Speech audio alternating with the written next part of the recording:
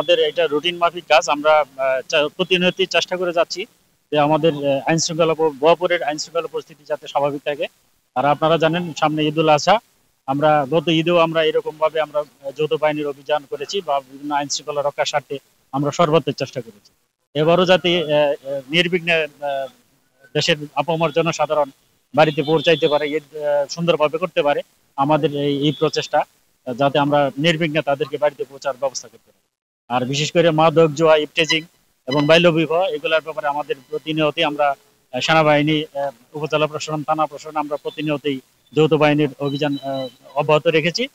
ভবিষ্যতে আমরা এই ধরনের অভিযান আমরা অব্যাহত রাখবো ইনশাআল্লাহ। আমাদের পবিত্র ঈদুল আজহা আমাদের সামনে খুবই আসন্ন।